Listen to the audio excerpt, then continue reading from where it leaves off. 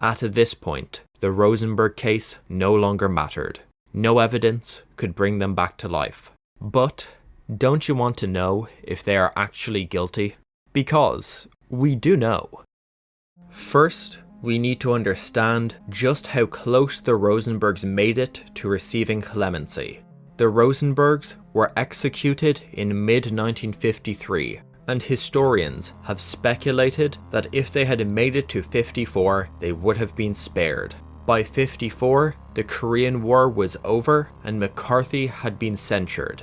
There was no longer the same kind of Red Scare that had been present in the previous years. Also in 1954, the problem of having a capital case with having the atomic energy law in place was solved when the Rosenberg Bill was signed into law. This made it a capital offense to perform espionage, even during peacetime. The vital necessity of this law would be highlighted over the next 70 years, as it was never used. The Rosenbergs also got really close to being saved by the courts. Years after the case, Judge Frank, the Rosenbergs' judge at the Court of Appeals, told Supreme Court Justice Douglas that if the farmer argument had made it back down to him like it was initially meant to, he would have vacated the death penalty. Only the precedent that appeals courts did not change sentences had stopped Judge Frank from removing the death penalty originally. The Atomic Energy Act argument was the perfect way to downgrade the sentence legally. If Chief Justice Vinson had not called the special session of the Supreme Court, the Rosenbergs would still be around today. Well, not today, they were born in the 1910s, but you know what I mean. Even though the Red Scare climate chilled, that doesn't mean that America stopped prosecuting Soviet spy rings. Rudolf Abel was tried for espionage and found guilty. He got 30 years, but in what is a strange coincidence, he was traded to the Soviet Union as part of a prisoner swap. In exchange for Abel, the US got Francis Gary Powers back. He was captured by the Russians after his U-2 spy plane had been shot down. The Soviets managed the shootdown thanks in part to the blueprints of the proximity fuse which Rosenberg had supplied them years earlier. Anyway, at Abel's trial, Reino Heihanen testified that he was a member of a Soviet spy ring and that he had given $5,000 to the wife of an agent codenamed Stone. He testified that Stone was Morton Sobel. That was certainly not helpful to any of Sobel's future appeals. In 1966, Sobel's lawyers managed to get Greenglass's impounded testimony released. When a physicist was brought in as an expert witness, he called the sketches barren of any meaningful or correct quantitative information, and said that the description Greenglass added showed his lack of understanding of the material. The information was too vague and would not have been useful to the Soviet Union. Personally, looking at the sketches, I thought it was pretty obvious that these would be useless. I mean, the only useful information you can get from this is the rough shape and thickness of the lens charges. My guess is that for something as exact as this lens, where the incorrect shape or timing of the explosion would result in the fission reaction not happening, a not-to-scale sketch would be basically no use. It is possible that the sketches that Greenglass gave the FBI were worse than those he had supplied to the Russians. He did draw the sketches from memory 5 years after he had worked at Los Alamos, and he did testify that his memory got worse over time. We also know from the leaked interviews Greenglass had with his lawyer that he wasn't sure he had given the FBI the same information he had passed to Gold. But the most likely explanation is that he gave the Soviets information of little use. This actually lines up with some testimony from the trial, which was very much overlooked. Harry Gold testified that when he first went to Yakovlev the Russian, after he passed on the Greenglass sketches, Yakovlev said it was great and would be very useful. However, at a later point, when Gold spoke to Yakovlev again, Yakovlev told him that the information had turned out not to be of much use. So initially, the information looked great. The Soviets only knew about the gun-type bomb, so new intelligence on a different type of device was groundbreaking. Then later, when it comes to actually trying to use the sketches to even theoretically replicate the device, it becomes obvious that the crude drawings are of no use.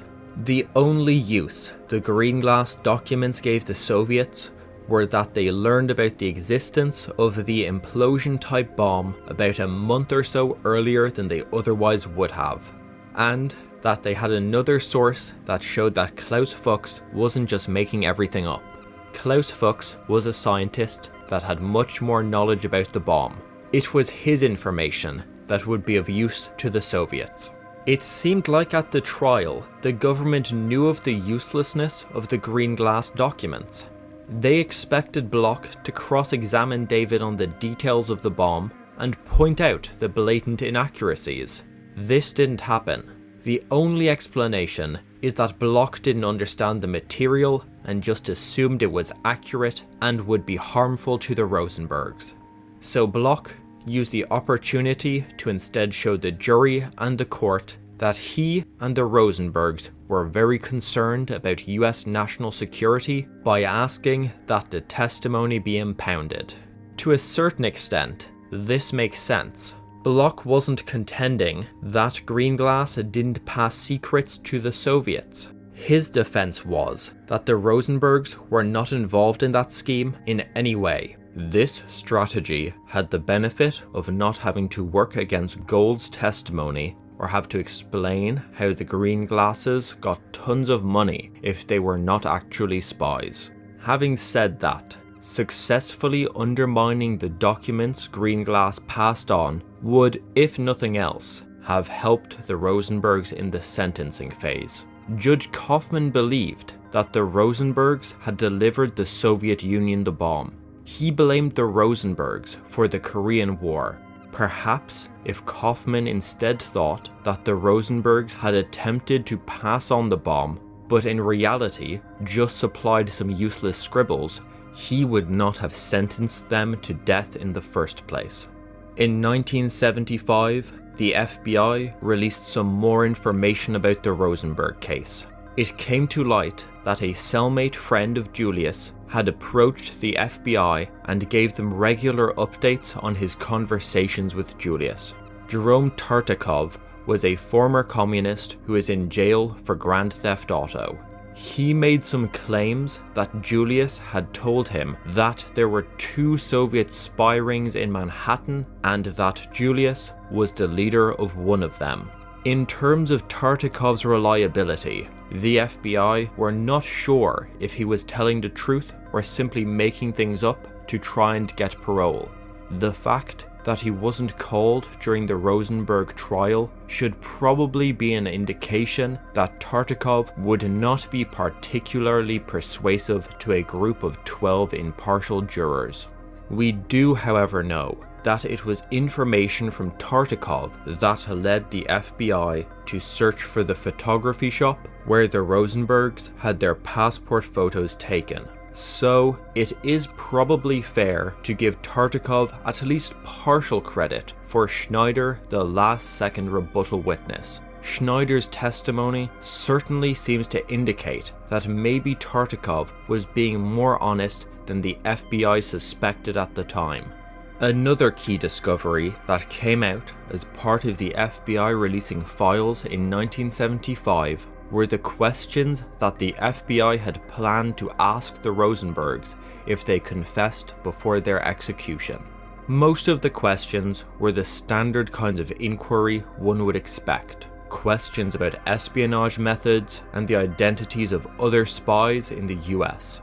But there was one question for Julius, which was rather worrying. They wanted to ask him if his wife knew about his spying. So it seems that not even the FBI were sure of Ethel's guilt. It had long been suspected by Rosenberg supporters that Ethel had been indicted in the hopes that threatening her life would cause Julius to confess and give information which would lead to the capture of other spies. There is now some evidence towards this, as a former FBI agent has since claimed that they recommended the death penalty for Ethel to get Julius to confess. Anyway, if this was the reason, the FBI kept the pressure on the whole time, and they still executed Ethel even after Julius was thoroughly beyond the state of being able to confess to anything. Less conspiratorially, that question the FBI wanted to ask Julius was just one of many, and actually gave Julius the chance to fall on the sword for Ethel and say that it was he alone that did the spying. The next big break in the case came in 1988, when the posthumous autobiography of prosecutor Roy Cohn was released. In the book, Cohn claimed that he had communications with Judge Kaufman without the defense being present. Apparently, Kaufman told him that he had decided to give the Rosenbergs the death penalty halfway through the trial, before having heard all of the evidence.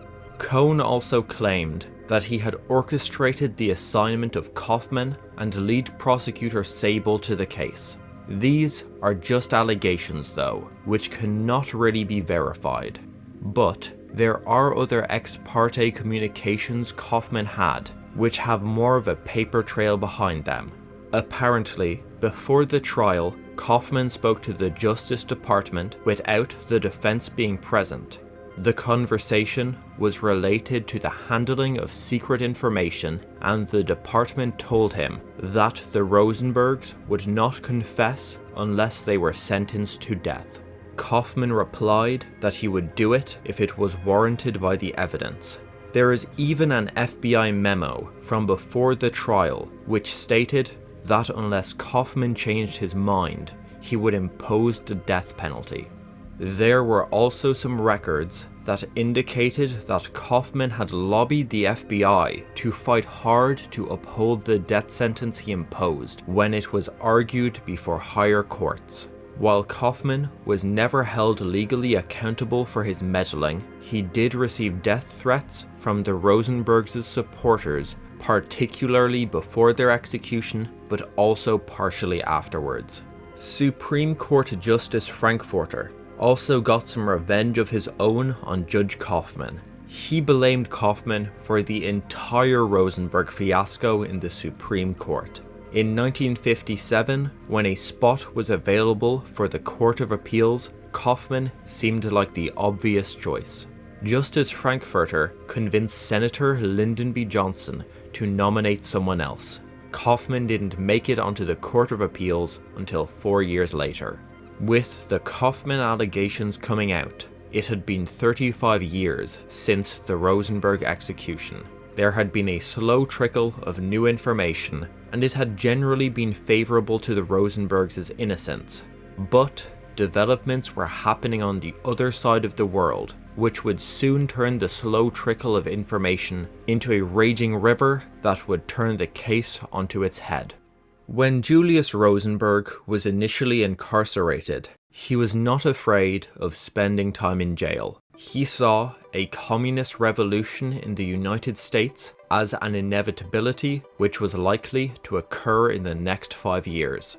This didn't happen, and in the 1990s, it was the Soviet Union that went under first. The largest country in the world collapsed in a fashion much quicker and much more peaceful than anyone had expected. The collapse of the Soviet state left many vacuums, one of which was in the intelligence services. The SVR, which had inherited many of the functions of the KGB, needed to improve its image. Also, the Russian economy was not doing too well and needed American support. So, as a way to get over some of the Cold War tensions, the SVR hired an American historian to work alongside former KGB agent Alexander Vassiliev to write a book on some of the KGB's Cold War activities. Vassiliev was given full access to the KGB archives and was able to transcribe many documents into 9 notebooks. While this was going on, The FBI released information about the Venona project. The USA had been intercepting and decoding many of the KGB's messages relating to their spying activity. Of note is a message from 1944 which stated that Julius and Ethel Rosenberg had recruited Ruth Greenglass into the spy ring. They even had Ruth's name present in plain text. Vasiliev's notebooks would back this up from the Soviet side. There were records that Julius Rosenberg was an agent and Ethel Rosenberg supported his work. They would often meet with another couple who were full-fledged KGB agents, and there were reports about those interactions in the KGB archives. The Rosenbergs had been spies after all. These facts came too late for Fyke Farmer. For years, he had been haunted by his decision not to bring up the impounded testimony at the Supreme Court. Realistically, it wasn't his fault. It was Bloch who had given him too little time. There are many theories as to why Bloch seemingly intentionally destroyed the Rosenbergs' last chance to avoid the electric chair. Maybe it was ego. Edelman's argument that Bloch had been incompetent in asking that David's testimony be impounded certainly would have been hard for Bloch to accept. Perhaps he was afraid of repercussions if he got the Rosenbergs off. The FBI had prosecuted communist attorneys who were opposed to them before. Or maybe the real reason was something way more sinister. Bloch was a devout communist, and if Farmer had managed to get the Rosenbergs a new trial, there would be no way he could continue to keep Farmer away from the Rosenbergs. Bloch had isolated the Rosenbergs from non-communist supporters. Emily Allman and the rest of the early supporters of the committee were never permitted to visit the Rosenbergs in prison. Maybe Bloch was afraid of another Ernst, or maybe he was scared that honest supporters would convince the Rosenbergs to sell out the communist cause and tell the truth to spare their own lives. Supreme Court Justice Douglas thought that Bloch wanted the Rosenbergs to be martyrs for the communist cause.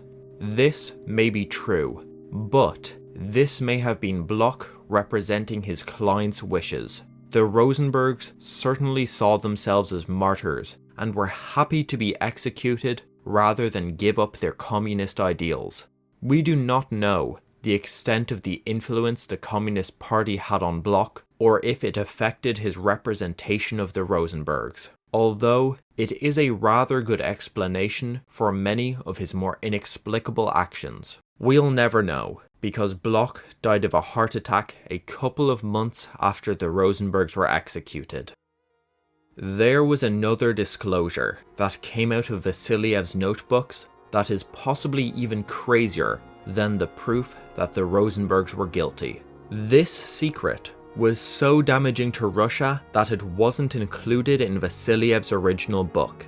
It only became known when Vasiliev released the full 9 notebooks after he successfully emigrated to the UK. Many of you have probably already guessed this, but the massive uptick of support the committee suddenly got in November 1952 had been orchestrated from Moscow. The communist parties that the Soviets controlled around the world finally gave the green light to support the Rosenbergs. It's not like the Soviets were completely uninvolved in the campaign before that date. One of the founders of the National Guardian newspaper, which printed the exposé that led to the committee forming in the first place, was a KGB asset. We don't have the specific proof that he or the writer Rubin were specifically instructed by the KGB to write the article, but Vasiliev found documents in the archives that the KGB had distributed to their propagandists around the world, and they certainly seemed to hit on the same themes as the National Guardian articles did. Number 1. Spy mania is at its peak. Number 2.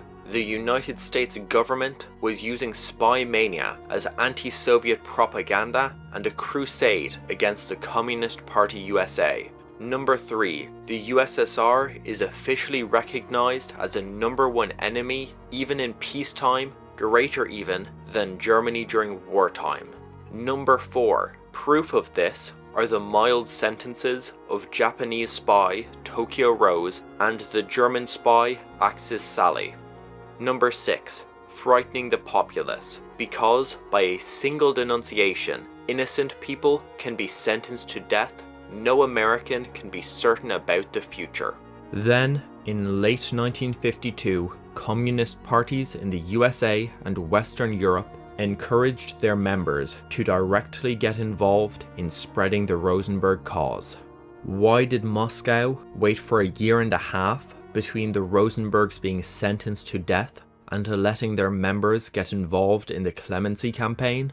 Well, they were waiting to see how the appeals would go and if the Rosenbergs would stick to the party line. Russia knew that the Rosenbergs were spies, so they didn't actually want them to get a new trial. At a new trial, new evidence may be presented which tied the Rosenbergs even more closely to the KGB. The Soviets were also afraid that if they put a huge amount of publicity and energy behind the Rosenbergs and they then flipped and admitted to being spies, that would destroy the confidence many Western communists had in Soviet propaganda. So for the first year and a half, the Communist Party's strategy was not to mention the Rosenbergs and basically ignore them. Then, after it became clear that the Rosenbergs would not get a new trial and would go to their graves holding onto their secrets, the Communist Party started supporting them more explicitly. Jerome Gates would later talk about the cognitive dissonance that was evoked in the leaders of the Communist Party USA. They now supported the Rosenbergs' innocence despite having helped them spy just a few years earlier. It was taken for granted among us that they were guilty. We had this kind of double thinking. While they were guilty, of course they were innocent. They were framed, because anyone who is indicted by the capitalists was ipso facto framed. But the main reason the Soviets played up the Rosenberg case at that time was because they had just executed 11 Czech communist leaders after a blatantly anti-Semitic trial. Rudolf Slansky and 13 of his supporters were accused of being Zionists and Titoists and were tortured until confessions were obtained. The mostly Jewish communist leaders were accused of spying for the United States in exchange for support being given to Israel. At the trial, the lawyers that the Slansky suspects had been assigned told the judge that the defendants were guilty and their actions were beyond defense. A couple of days after the trial finished, 11 of the men were hanged. The Soviet Union had done show trials before. They had done anti-Semitic purges before. But the Slansky trials were different. They happened in Czechoslovakia. Those accused were friends with prominent members of Western communist parties. So, the Soviets went on a media blitz to distract from the Slansky show trials by pointing at the Rosenberg case. They instructed their propagandists to portray the Rosenberg conviction as anti-Semitic. The president of the French Communist Party would later put it quite well. The conviction of US atomic atom spies Julius and Ethel Rosenberg was an example of anti-Semitism, but the execution of 8 Jews in Czechoslovakia last week was not. Honestly, the Soviets didn't even really bother trying to convince anyone that the Slansky trials were legitimate. They would just say that the US was doing it too, and that was enough. Comparing these two trials gives a good insight into the difference in the systems of justice of the two nations. For all the problems with the Rosenberg trial, they were not selected nearly as random as part of a political purge as the Slansky defendants were. The Rosenbergs were not tortured. They were in fact allowed to use their Fifth Amendment right against self-incrimination. They had a lawyer who defended them vigorously. They were judged by a jury of their peers. They had a lengthy appeals process, and groups were allowed to call for clemency. The Rosenbergs were also given the opportunity that if they repented and confessed for their crimes, their lives would be spared. In reality, there is no comparison between the Slansky and Rosenberg trials. With the release of the KGB files, Sobel finally admitted that he and Julius Rosenberg had been part of a Soviet spy ring and that Julius had passed on atomic secrets. Greenglass also confessed that he lied about Ethel typing up the notes on the typewriter. This lined up with the grand jury testimony where Ruth admitted to typing up the notes. Greenglass, however, maintained that Ethel had convinced Ruth to spy and she supported Julius's spying activity. And finally, in 2024, another decrypted Russian memo was released. It said that Ethel knew of Julius's work, but due to ill health did not engage in it herself. So that's how we have it. Sobel and Julius were guilty of the allegations as laid out in the trial.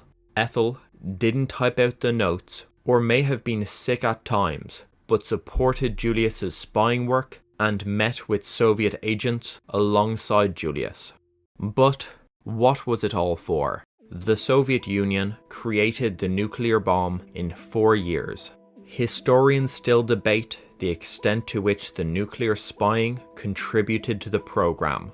Many attribute the fast pace of development mostly to the copious amounts of uranium that the Soviets had access to.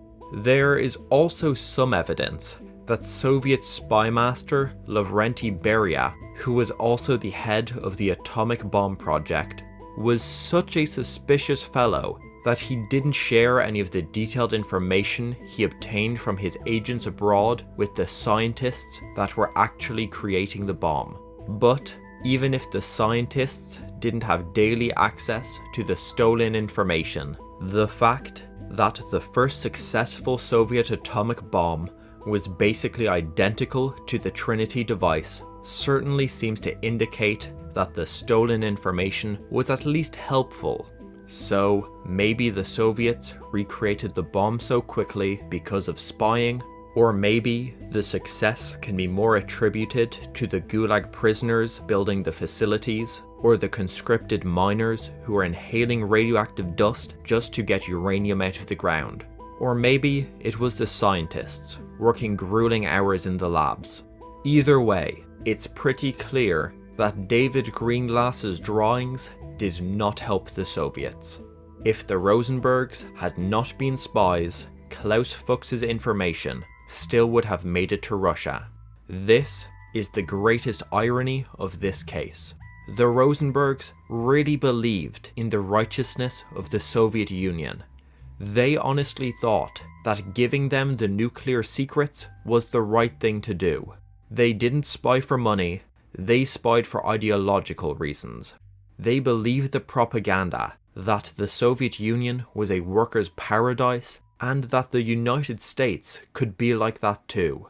And they gave their lives because they were unwilling to denounce Soviet communism or sell out their friends in the Communist Party. When they died, they honestly thought that their spying had made a difference.